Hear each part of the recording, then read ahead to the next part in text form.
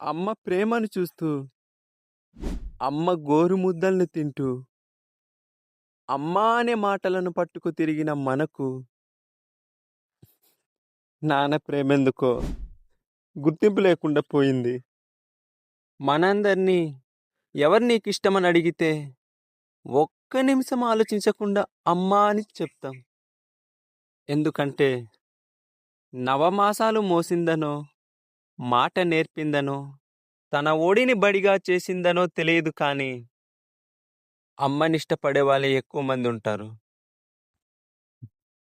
కానీ మన ఆశలు ఆకాశానికి నిచ్చెన వేసి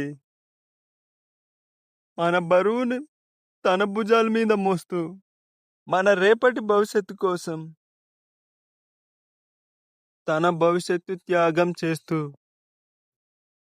తను కోవతులా కరుగుతూ మనకు వెలుగునిస్తూ పైకి కనిపించకుండా మన వెనక సైనికుడిలా నిలబడి మనల్ని నలుగురిలో రాజును చేయడానికి తను నిత్యం పోరాడుతూనే ఉంటూ గుర్తింపు లేకుండా పోయిన